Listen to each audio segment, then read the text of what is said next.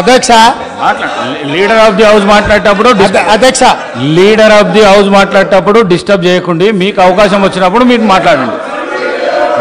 కొత్తగా వచ్చినావు, కొత్త సభ్యునివి, కొత్త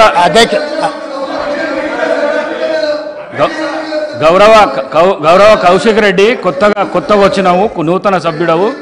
నువ్వు లీడర్ ఆఫ్ ది హౌస్ మాట్లాడేటప్పుడు గడబడి చేయకు, నీకు అవకాశం వస్తుంది. అధ్యక్ష లేదు మనం అట్లేం లేదు, వాళ్ళు వినాల్సిందే, వాళ్ళకి ఇదే శిక్ష. వాళ్ళని ఎవరిని బయటికి పంపను, ఎవరిని పంపొద్దు అధ్యక్ష. దయచేసి మీకు విజ్ఞప్తి చేస్తున్నా, వాళ్ళని ఇక్కడ కూర్చోబెట్టి కఠోరమైన నిజాలు వాళ్ళు వినడం ద్వారా వాళ్ళలో పరివర్తన తీసుకురావాలన్నది ప్రభుత్వం యొక్క ఆలోచన. కాబట్టి వారిని ఎవరిని కూడా సభలో నుంచి బయటకు పంపించొద్దు అధ్యక్ష. అందుకే ఈరోజు ఇందిరమ్మ రాజ్యం గురించి పదే మాట్లాడుతున్నారు అధ్యక్ష. ఎస్, ఇందిరమ్మ రాజ్యం తెస్తాం సోనియమ్మ నాయకత్వంలో.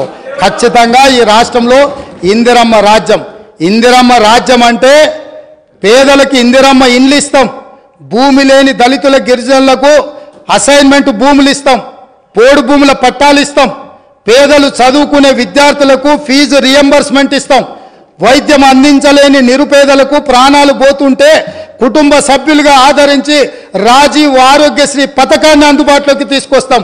ఇందిరమ్మ రాజ్యం అంటే మైనారిటీలకు సచార్ కమిటీ నివేదిక ప్రకారం దళితులతో సమానంగా వాళ్ళు ఇబ్బందులను ఎదుర్కొంటున్నారంటే మైనారిటీలకు 4% రిజర్వేషన్ ఇస్తాం అధ్యక్ష.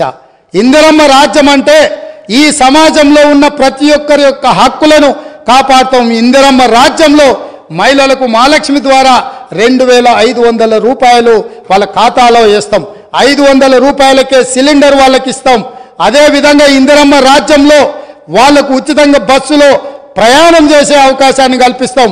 ఇంకా చాలా విషయాలు ఇందిరమ్మ రాజ్యం గురించి చెప్పాల్సిన ఉన్నాయి, అవి చివరిలో చెప్తా అధ్యక్ష. ఈరోజు కేటీఆర్ గారు మాట్లాడుతూ ఈ గవర్నర్ గారి ప్రసంగం